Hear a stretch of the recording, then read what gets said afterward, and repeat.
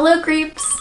Andy here, and today I wanted to provide a full list for you ranking every haunted house book I've ever read that I can find. There might be a few that I've missed, but I've looked through all of the books that I've read this year and I did a quick scan of my bookshelf and this is what I came up with. So I placed them into ghost related categories and I'm going to go through them and give you a quick synopsis of each. I hope this can be helpful because even if a book is in a category that I didn't personally enjoy, I'll give a quick synopsis and hopefully, whoever thinks that that book is interesting can go and pick it up. I'm hoping that this can help you get into the mood of spooky season and pick up some spooky haunted books. I will say haunted house stories usually are not for me. A lot of the ones that are really popular and that people love really just didn't do anything for me.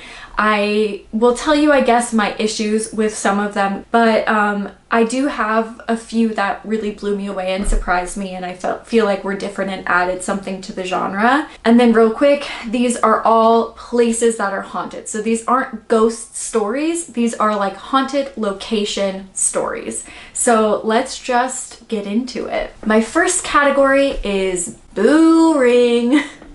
And there's only one book in this category, and to be honest, I do just have beef with this book. This is by Henry James and it's The Turn of the Screw. Turn of the Screw was first published in 1898, so it's an old guy. It's about a person, like a nanny, who goes and watches children and thinks that the house is haunted.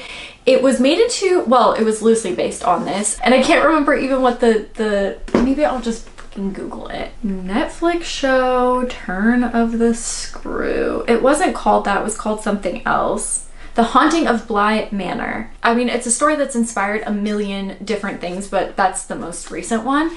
But here's my issue with this book. It's the writing. It's not even that the story was necessarily bad, but I cannot stand these like long run-on stream of consciousness type sentences. It kind of reminds me of Song to Myself. Who wrote that? Walt Whitman? I don't know. But that poem drives me absolutely insane because it's just a stream of consciousness. This is kind of the same thing. This is one sentence, the first sentence from The Turn of the Screw. It says, "The story had held us round the fire, sufficiently breathless, but except the obvious remark that it was gruesome, as on Christmas Eve, in an old house, a strange tale should essentially be. I remember no comment uttered till somebody happened to note it, as on the only case he had met in which such a visitation had fallen on a child." That's one sentence, and this is how the entire story is written. Here's the second sentence. "The case, I may mention, was that of an apparition in just such an old house as had gathered us for this occasion, an appearance of a dreadful kind to a little boy sleeping in a room with his mother, and waking her up in terror of it, waking her not to dissipate his dread and soothe him to sleep again, but to encounter also herself, before she had succeeded in doing so, the same sight that had shocked him." Like, it's just absurd the way that this is written. And I know you're thinking it's an old book, but no, I've read books from the 1800s before and they do not drive me crazy quite like Henry James does. I would rather give myself a lobotomy than read this again. So this is obviously personal preference, and I do think it's a cool story to check out, to see books that, began the horror genre in the late 1800s. However, the writing style just drives me absolutely nuts. I'm glad that I read it. Don't think I'll pick up any Henry James anytime soon. Thank you. No, thank you. Our next category, yes, I wrote them on little pieces of paper so that I could remember them. The next category is, what would possess you to read that? Get it? Possessed, because it's ghosts. I'm so funny. So these are books that really are not for me, and they're not books that I would necessarily recommend. However, I do think that they do have audiences that enjoy them, and so I still wanted to include them in this one. The first one is Peter Straub's Ghost Story, and this one is maybe the only one that doesn't quite fit into the category of just a specific place being haunted. It's more people being haunted, but there are definitely experiences in houses that happen that I feel like it fits into also what I'm talking about with haunted locations. It's about friends that come together and they try to figure out a story that's been haunting them for a long time, and it seems like a cool concept, and I liked the idea. They're like older gentlemen who get together and tell ghost stories. The concept was really cool, but this was just not for me. And I read it. Actually, I did a whole video on this. I'll leave it linked down below because this is supposedly Stephen King's favorite horror book ever written. So I was like, it must be so good. And maybe the issue is I just hyped it up in my head, but there's a lot of odd choices that happen, particularly towards the end of the book. If you've read this book, perhaps you will know. I won't give anything away. I will also say my other main issue with this book was, and this is an issue that I have with a lot of haunted location books, if a ghost can just like walk through walls and blow up a house and get into your mind and make you see things, then there's no real basis for reality for the reader to stand on and accept these like different rules that are in the book, because there are no rules. You know what I mean? Like the ghost can essentially do anything at once. And if it can get inside your head and make you hallucinate and see things, not even in a haunted place, but anywhere, then how is the reader to know what's real and what's actually happening in the book? And so I think that a lot of the times ghost stories kind of throw me off kilter because there are no set of rules that can define what the ghost does in the story, and that kind of gets to me a little bit, and maybe I overthink it too much, but that definitely happened in this book. I kept thinking, is this really happening, or is this ghost just messing with these people? There are no bounds for this ghost, it seems, and it seems like it can do anything. And then with the end not paying off at all with how the rest of the story went, it just didn't really make a whole lot of sense to me. That is not to say that other people wouldn't enjoy this book, it just was not for me. The next one I think I've talked about before. This is Grady Hendrix' How to Sell a Haunted House, and that's what it is. It's about selling a haunted house.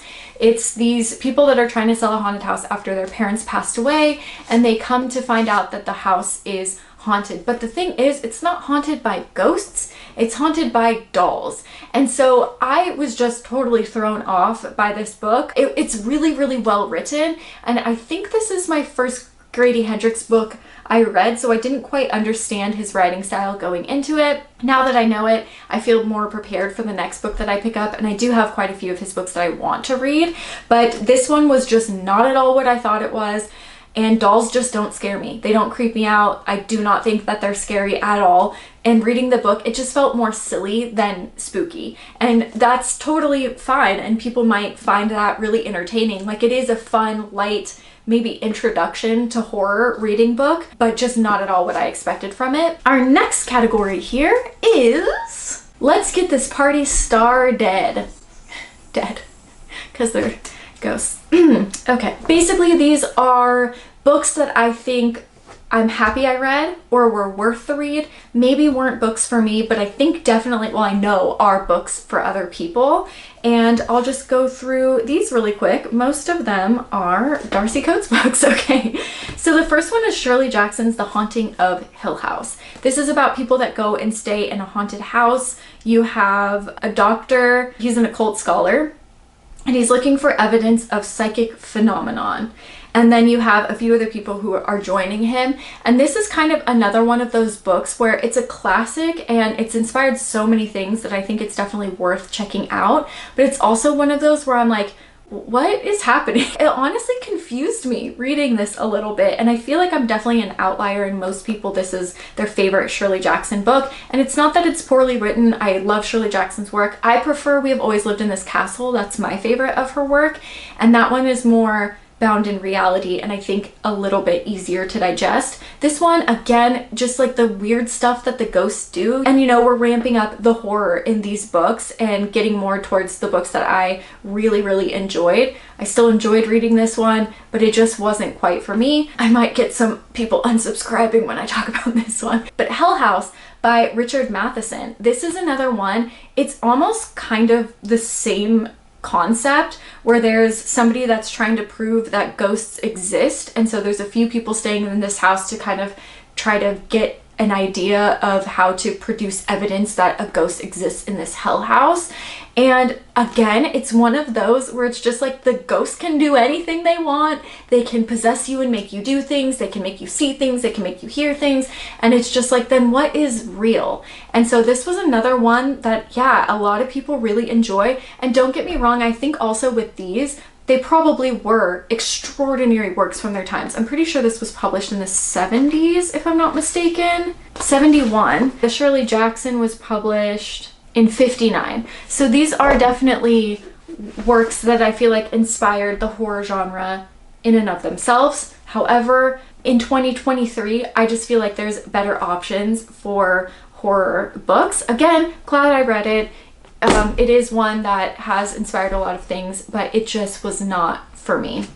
The next three are actually Darcy Coates books, which I know, surprising that these ones would be in this type of category, but I have a reason for each of them. The first one is Craven Manor by Darcy Coates. It's about a boy who gets asked to be kind of like the groundskeeper of this dilapidated haunted mansion.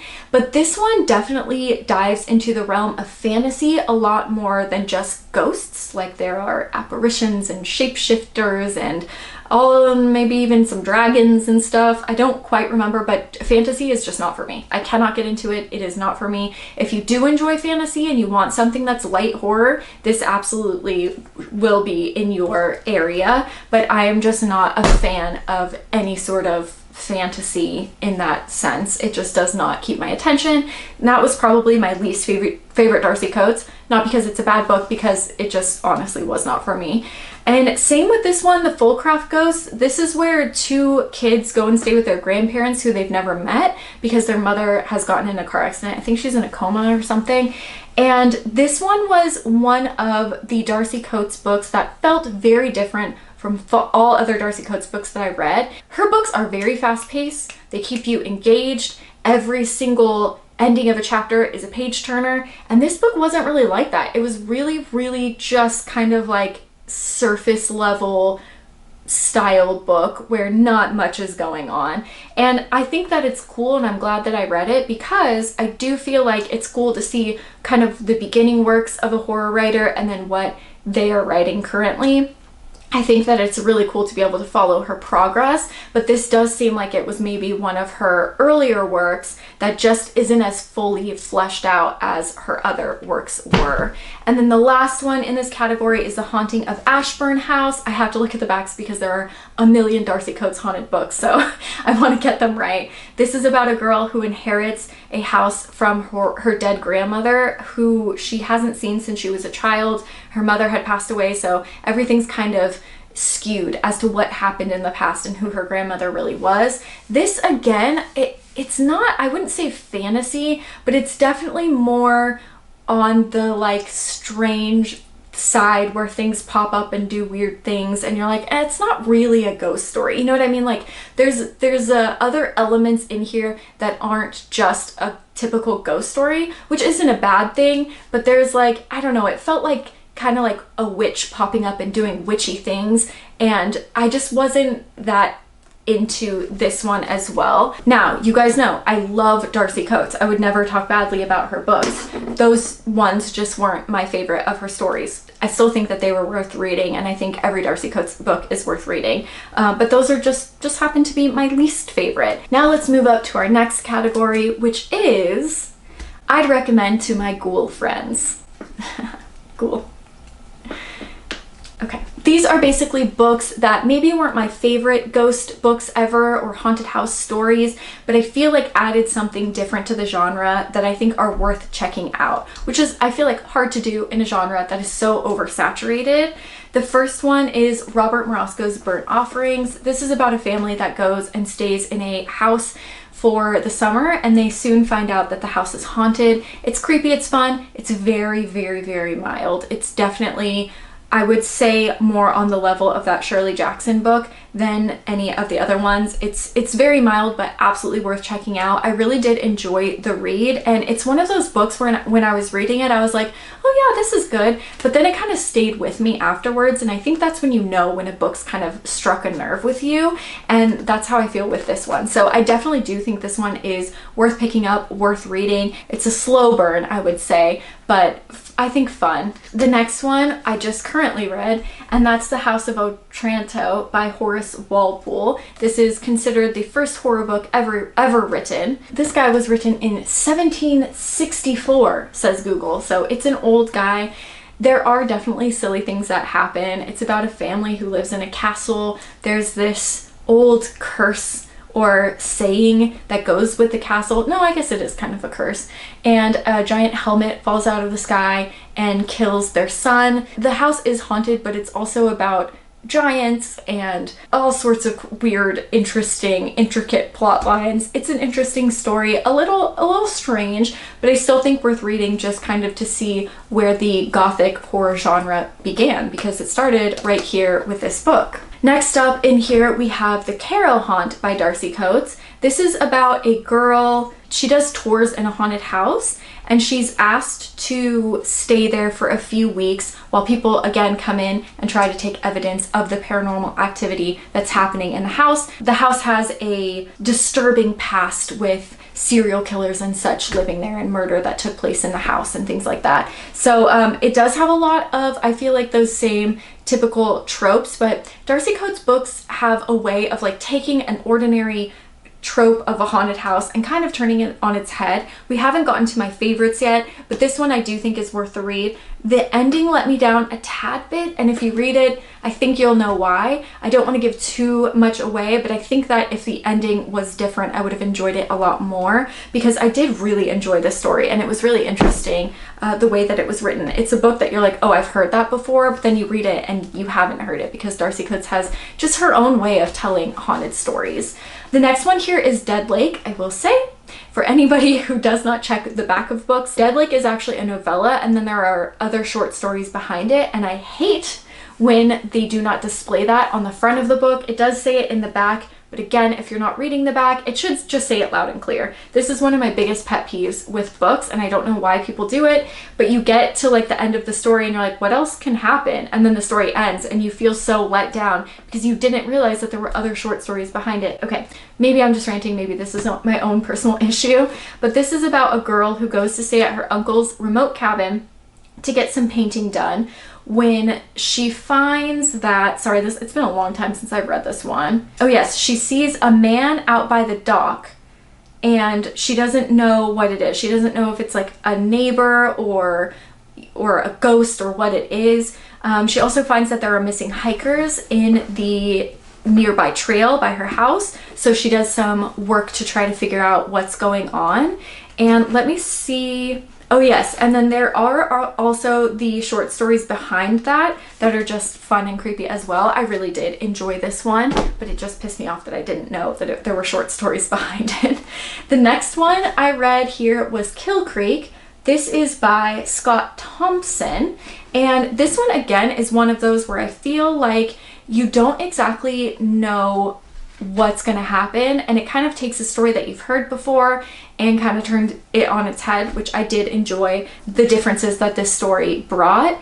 It's about a few horror writers who go to stay in a haunted house, but when halfway through they leave the haunted house, you're like, wait, but that's like the main event. That's where everything goes down. What do you mean? And so it is a lot different from a typical haunted house. I'm glad I read this one. It wasn't my favorite haunted book that I've ever read, but I do think that there are definitely some people that would enjoy this one. And then the next guy that I feel like was worth a read was Joe Hill's Heart-Shaped Box. This is about a guy, he's a collector of the macabre. So he has a cookbook for cannibals, a used hangman's noose, a snuff film, and then he finds a heart-shaped box and a musty dead man's suit still inhabited by the spirit of its late owner. This one I feel like is pretty fast-paced. It wasn't my favorite haunted book I've ever read, but I do think that it's worth checking out. It's been a long time since I've read it, and this might be my only Joe Hill novel that I've ever read, full-length novel, I think. I've read other of his short stories, but I think that was the only book. The last one in this category is Bentley Little's The Haunted. This is about a family who moves into a haunted house, and they are haunted by the ghosts there. There were things that I really, really enjoyed about it. There are a few like pretty creepy scenes in this book, and there are some things that I didn't absolutely love about it, like the ending, for how difficult it was to get rid of the ghosts and for how haunted they were and how the ghosts had attached themselves to them. It just seemed like an easy way out, the ending did.